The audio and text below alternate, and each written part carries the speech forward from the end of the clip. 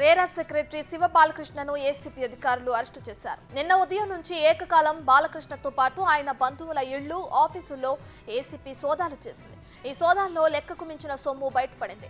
ఆయన ఇంట్లో 85 లక్షల రూపాయల నగదు, 2 కేజీల బంగారం, 5.5 కేజీల వెండి, 32 లక్షలు విలువ చేసే వాచ్లు, 3 విల్లాలు, 3 ఫ్లాట్స్, 90 ఎకరాల భూమి గుర్తించామని అధికారులు చెప్పారు.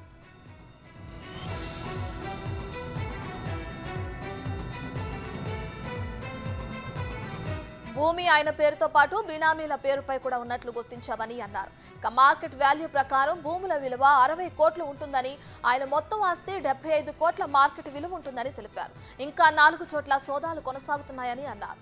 శివ బాలకృష్ణపై కేసు నమోదు చేసి ఇవాళ న్యాయస్థానం ముందు హాజరుపరుస్తామని ఏసీపీ అధికారులు చెప్పారు. కొన్ని ప్రశ్నలకు ఆయన సమాధానం చెప్పలేదని, కస్టడీకి తీసుకుని మరికొన్ని విషయాలు రాబట్టాల్సి ఉందని తెలిపారు.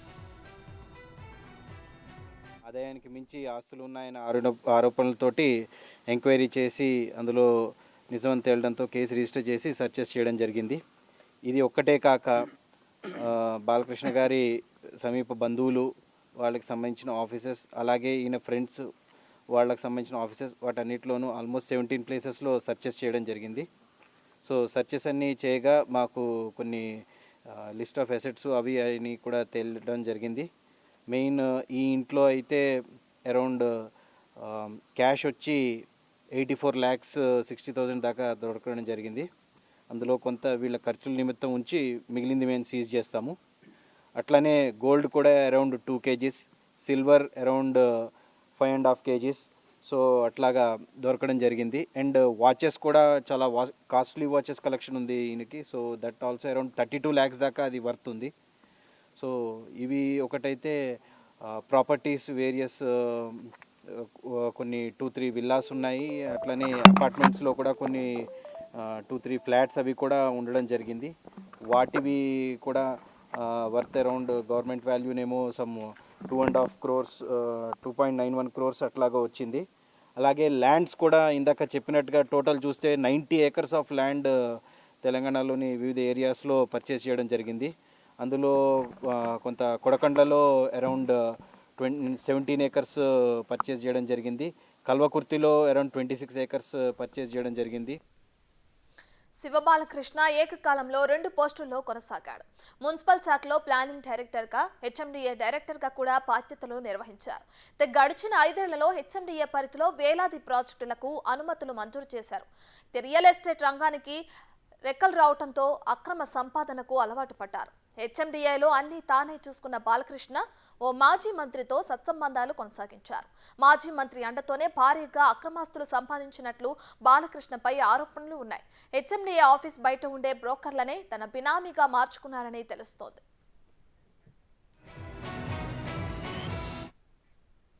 రైట్, ఇదే అంశానికి సంబంధించి మరింత సమాచారాన్ని మా ప్రతినిధి సురేష్ అందిస్తారు. సో సురేష్, చెప్పండి, అటు రేరా సెక్రటరీ శివ బాలకృష్ణను ఏసీపీ అధికారులు అరెస్టు చేసి ఈ రోజు ఆయన్ని కోర్టులో హాజరుపరుస్తామని కూడా చెప్తున్నారు. ఈ కేసుకు సంబంధించిన లేటెస్ట్ అప్డేట్స్ ఏంటి?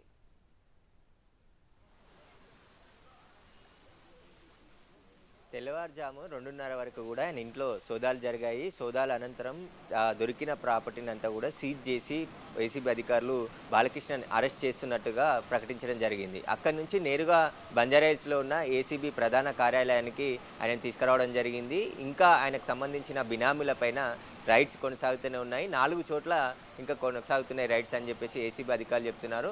మొత్తం 17 చోట్ల నిన్న మొత్తం ఉదయం నుంచి రాత్రి వరకు కూడా సోదాలు నిర్వహించారు. ఈ సోదాల్లో ఇంట్లోనే 84 లక్షల రూపాయల నగదును సీజ్ చేశారు. 2 కేజీల బంగారు ఆభరణాలు కూడా అధికారులు సీజ్ చేయడం జరిగింది. ఈయన అత్యంత విలాసవంతమైన జీవితం గడుపుతున్నాడు.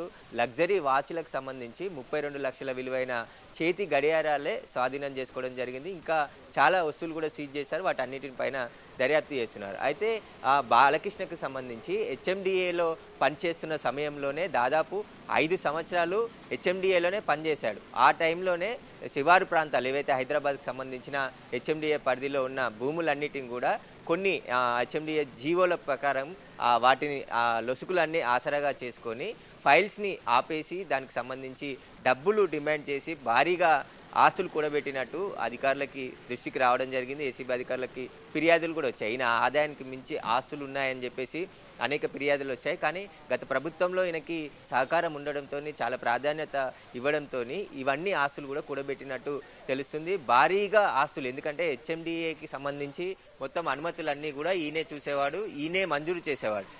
హైరేజ్ అపార్ట్మెంట్లు, ముఖ్యంగా హైదరాబాదు తెలంగాణ ఏర్పడిన తర్వాత పెద్ద సంఖ్యలో హైరేజ్ అపార్ట్మెంట్లని నిర్మించడం జరిగింది. ఇటు గచ్చిబౌలి ఏరియా కావచ్చు, పటాన్ చెరువు, అదేవిధంగా ఇటు శంషాబాద్ సైడ్ అన్ని ఏరియాలలో కూడా హైరేజ్ అపార్ట్మెంట్లు అన్నింటిని కూడా హెచ్ఎండిఏ పరిధిలోకి వస్తాయి, వాళ్ళే అనుమతులు ఇవ్వాల్సి వస్తుంది. కానీ గత గవర్నమెంట్లో అన్ని పర్మిషన్లు ఆన్లైన్లో అప్లై చేసుకుంటే ఈజీగా వస్తాయని చెప్పేసి చెప్పారు. కానీ ఇక్కడ బాలకృష్ణ ఆ ఈజీ పర్మిషన్లను అడ్డుకొని ఈజీగా రాకుండా కొన్ని మెలికలు పెట్టి వాటిని ఆపేసి తర్వాత డబ్బులు లంచంగా ఇస్తేనే అనుమతులు ఇచ్చాడని చెప్పేసి చాలామంది కంప్లైంట్లు ఆరోపణలు చేయడంతోనే ఈ రైడ్స్ జరిగాయి. దీనికి సంబంధించిన పూర్తి దర్యాప్తు కొనసాగుతుంది. ఎందుకంటే హెచ్ఎండిఏ పరిధిలో చాలా కొత్త ప్రాజెక్టులకి ఈయన చేతుల మీదగానే అనుమతులు మంజూరయ్యాయి. స్పెషల్ జీవోలు తీసుకొచ్చి మరి అనుమతులు ఇచ్చారు.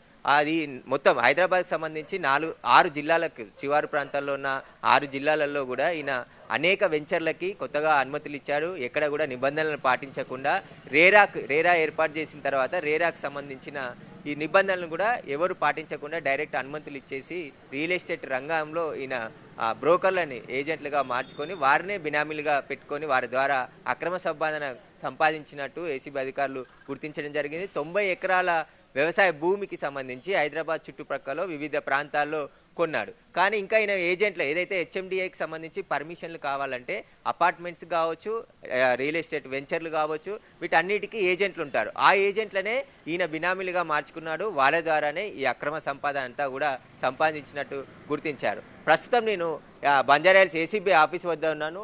ఈ బంజారాహిల్స్ ఆఫీస్లోనే బాలకృష్ణను ఉంచారు. దీనికి సంబంధించి ఆయన విచారణ జరుగుతుంది. మరి మధ్యాహ్నం తర్వాత ఆయనని ఏసీబీ కోర్టులో హాజరుపరిచే అవకాశం ఉంది. రిమాండ్ చేసిన తర్వాత మళ్ళీ కస్టడీ పిటిషన్ వేసి కస్టడీలోకి తీసుకొని పూర్తి దర్యాప్తు చేయాల్సిన అవసరం కూడా ఉందని చెప్పేసి ఏసీబీ అధికారులు చెప్తున్నారు.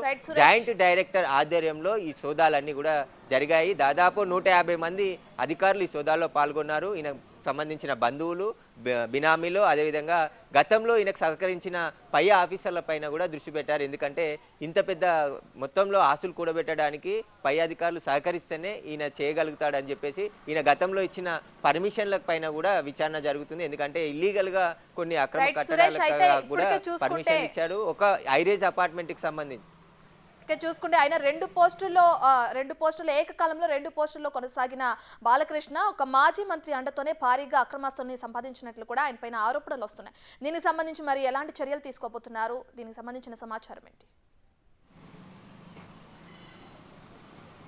ఖచ్చితంగా ఆయన మీద ఆరోపణలు వచ్చాయి కాబట్టే ఇప్పుడున్న ఏసీబీ డీజీ ఆధ్వర్యంలో ఈ ముందు ఇన్ఫర్మేషన్ అంతా కలెక్ట్ చేసిన తర్వాతనే ఈ రైడ్ అంతా కూడా జరిగింది.